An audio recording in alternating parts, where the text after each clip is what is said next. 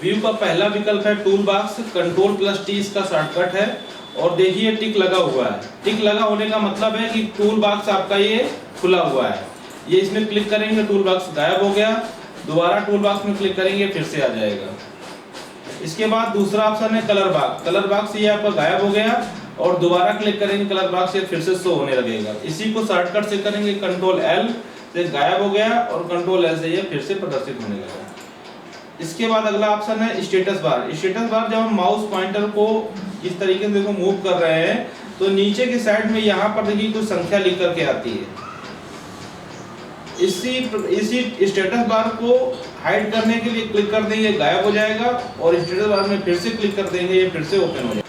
Text tool bar title tool का select करने पर ये इस तरीके का बॉक्स बनाते हैं जिसमें कर्सर प्रदर्शित होता है और ये टेक्स्ट टूल बार यही भाग टेक्स्ट टूल बार कहलाता है। इस समय ये देखिए हाईलाइट हो गया होगा और टिक लगा हुआ है यानी ओपन है। जैसे ही हम बाहर क्लिक करेंगे text tool bar auto hide हो जाता है और यहाँ से टिक हट जाता है। यदि बाई चांस ये नहीं खुलता है तो हम इसको व्यू में जाकर के टेक्स्ट टूल बार इस तरीके से, मान लीजिए हमने टेक्स्ट टूल बार को सेलेक्ट किया टाइटल टूल को और टेक्स्ट टूल बार नहीं प्रदर्शित हुआ, उस समय व्यू में जाकर के टेक्स्ट टूल बार में क्लिक करने पर यह टेक्स्ट टूल बार प्रदर्शित हो जाएगा। टेक्स्ट टूल बार में बहुत सारे विकल्प हैं। ये फॉन्ट का विकल्प है, जो भी हम टाइप करते हैं उसका किस फॉन्ट में हम इसको टाइप करना चाहते हैं। जैसे मैंने हिंदी सेलेक्ट कर रखा है कृतिदेव 010 तो हिंदी में टाइप होगा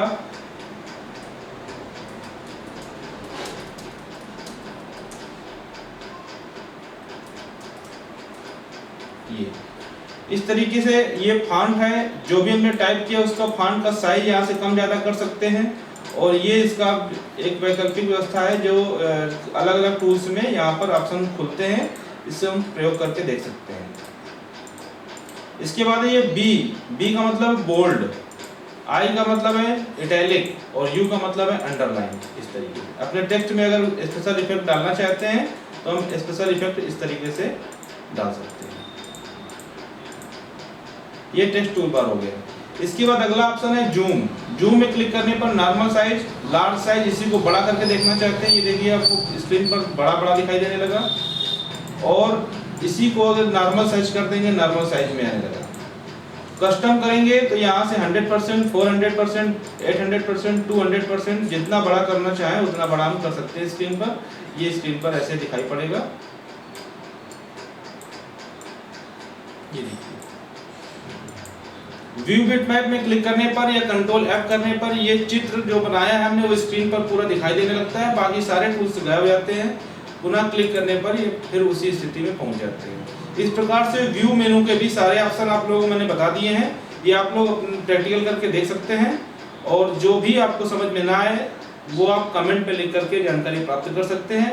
और मैं फिर से आप लोगों से गुजारिश करना चाहता हूं कि एसबी कंप्यूटर एकेडमी चैनल को आप ज़्यादा से ज़्यादा लोगों को साथ में शेयर करें, लाइक करें और कमेंट करें। जिससे हम अपना चाहता हूं कि आप लोग मेरे चैनल को एसबी कंप्यूटर एकेडमी को ज़्यादा से ज़्यादा लाइक करें, शेयर करें और कमेंट करें, जिससे मैं और अच्छी वीडियो बना सकूँ और मुझे प्रोत्साहन भी मिल सके। चलते हैं इमेज की ओर। इमेज में सबसे पहला ऑप्शन आप लोगों को मैंने बताया था flip, rotate, stretch, skew, invert colours, attributes, clear image और ड्रा ऑपाक। इसको मैं कॉपी कर ले रहा हूं।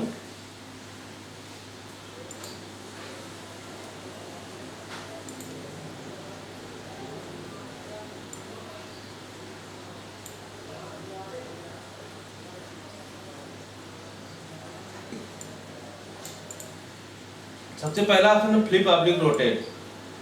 जो इमेज स्क्रीन पर बनाई गई है उसको फ्लिप अथवा रोटेट करने के लिए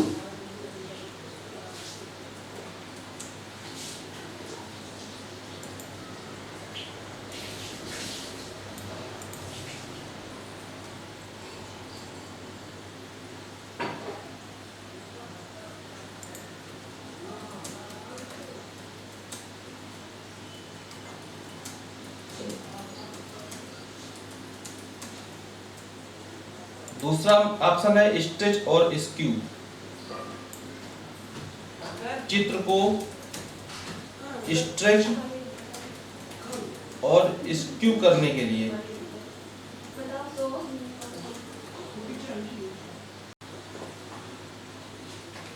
इमेज में सबसे पहला ऑप्शन है फ्लिप ऑब्लिक रोटेट, इसका शॉर्टकट है कंट्रोल प्लस आर। दूसरा ऑप्शन है स्ट्रेच ऑब्लिक स्क्यू, इसका शॉर्टकट है control plus W.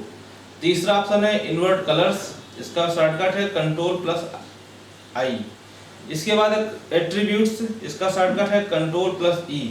Clear image control plus shift plus N और ड्रा अप। इस प्रकार से इसमें 6 ऑप्शन है। 6 ऑप्शन का प्रयोग कैसे करते हैं? सबसे पहला ऑप्शन फ्लिप रोटेट, जो भी चित्र आप बनाएंगे उसको फ्लिप कर सकते हैं, हॉरिजॉन्टल या वर्टिकल या किसी भी एंगल पे उसको रोटेट कर सकते हैं। दूसरा ऑप्शन है स्ट्रेच और स्क्यू में आप चित्र को अपनी मूल स्थिति से स्ट्रेच कर सकते हैं या उसको स्क्यू कर सकते हैं। तीसरा ऑप्शन है इन्वर्ट कलर्स, बनाए गए चित्र को उसके विपरीत कलर में चेंज कर सकते हैं, परिवर्तित कर सकते हैं। अगला ऑप्शन एट्रीब्यूट्स, एट्रीब्यूट्स में उसके साइज के आकार को हम परिवर्तित कर सकते हैं। अगला ऑप्शन है क्लियर इमेज, क्लियर इमेज में कंट्रोल शिफ्ट और एन करने पर स्क्रीन को साफ कर देता है, यानी खुली हुई फाइल में बनाए गए चित्र को पूरी तरीके से साफ कर देता है। अब कैसे इनका प्रयोग करेंगे आइए देखते हैं। पहले मैं कोई चित्र बना ले रहा हूं। ये चित्र आपका तैयार हो गया है। इसमें सबसे पहला ऑप्शन फ्लिप रोटेट को मैं प्रयोग करके दिखा रहा हूं। फ्लिप रोटेट में सबसे पहला ऑप्शन आप स्क्रीन पे देख रहे हैं, पहला ऑप्शन है फ्लिप हॉरिजॉन्टल। अब इसी को सबसे पहले करके देख लेते हैं। इसमें मैंने टिक किया और ओके करेंगे। ये देखिए ये क्षैतिज रूप से परावर्तित हो गया। फिर से मैं करके दिखा देता हूं।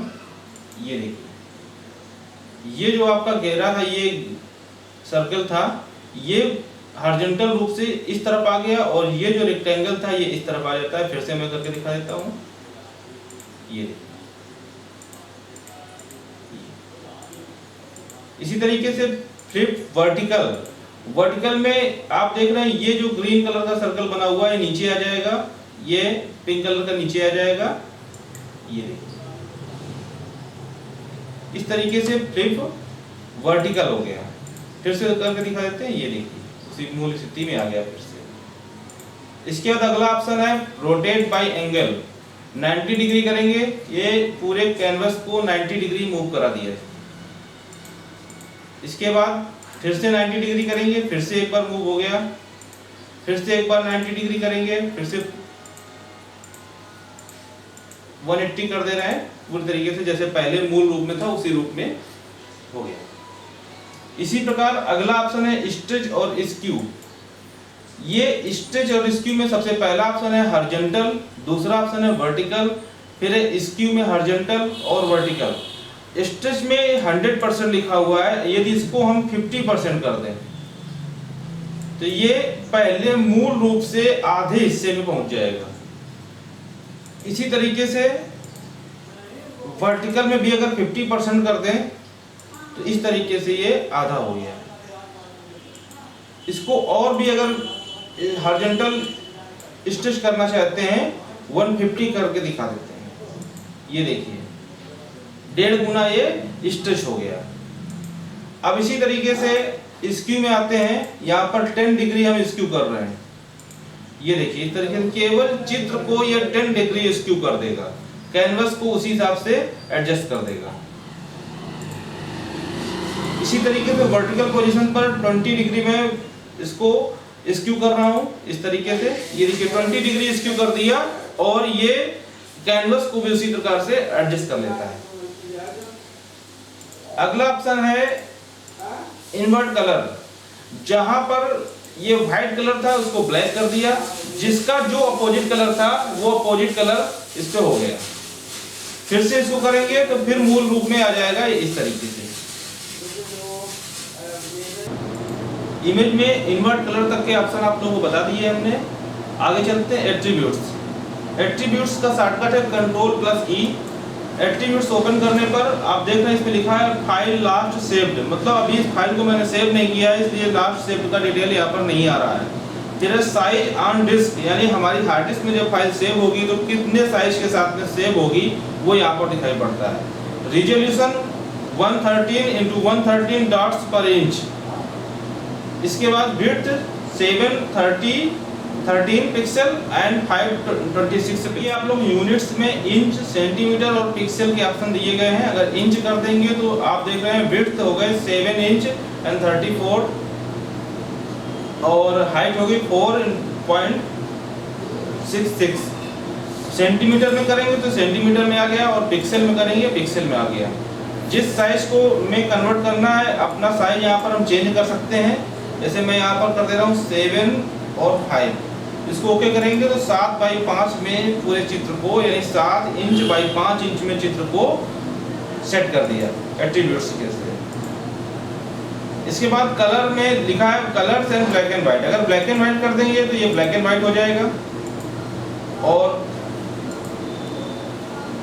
कंट्रोल जेड करके हम पूर्व स्थिति में चले जाते हैं। लेकिन ये एट्रीब्यूट से कोई चित्र यहाँ पर हम बना ले रहे हैं अगले ऑप्शन के लिए। ये मैंने चित्र बना लिया।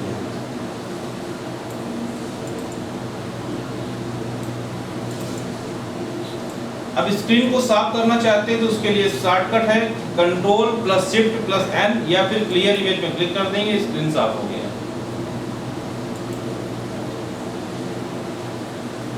अब इस सारे शॉर्टकट में बता दे रहा हूँ आप लोगों को। पहला ऑप्शन कंट्रोल आर, जैसा कि आप लोगों ने देखा था मैंने चित्र बनाया था, कंट्रोल आर करेंगे तो वो ऑप्शन खुल जाएगा और उसी तरीके से horizontal, vertical and stretch skew ये आप कर सकते हैं रोटेट।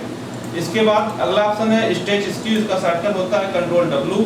इस तरीके से वो डायलॉग बॉक्स खुल गया। इसमें आप हॉरिजॉन्टल एंड वर्टिकल पोजीशन पर अपना दे करके साइज और इसको स्ट्रेच और स्क्यू कर सकते हैं।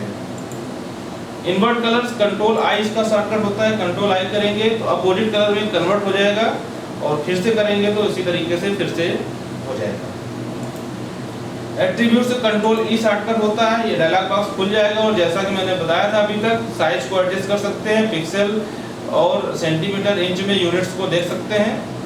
इसके अलावा क्लियर इमेज कंट्रोल शिफ्ट और एन करेंगे, स्क्रीन साफ हो जाती है। इस तरीके से इमेज के सारे ऑप्शन हो गए। अब आप लोग बताएंगे कलर्स। इसके बाद कलर्स मेनू में एक ऑप्शन है एडिट कलर्स। यहाँ पर टूल बॉक्स में बहुत सारे कलर होते हैं। इसके अतिरिक्त यदि हमें कलर की आवश्यकता होती है तो एडिट कलर्स में जाकर के हम यहाँ से कलर को चूज कर सकते हैं। इसके अतिरिक्त भी यदि कलर की आवश्यकता होती है तो डिफाइन कस्टम कलर में क्लिक करके यहाँ से अपने कलर को कस्टमाइज कर सकते हैं और जिसका जो कलर चूज किया है वो यहाँ पर स्क्रीन पे दिखाई पड़ता है इस जगह पर। और इसको सेलेक्ट करने के बाद जैसे ये कलर देखिए आप अपने कलर बॉक्स में नहीं है, लेकिन ये इस कलर को यूज करना चाहते हैं तो ऐड टू कस्टम कलर करके ये आपका कलर आ गया, ओके कर देंगे और इस कलर को आप यूज कर सकते हैं। इस तरीके से ये कलर्स मेनू भी हो गया। अब आते हैं हेल्प मेनू में। हेल्प मेनू में पहला ऑप्शन है हेल्प टॉपिक्स।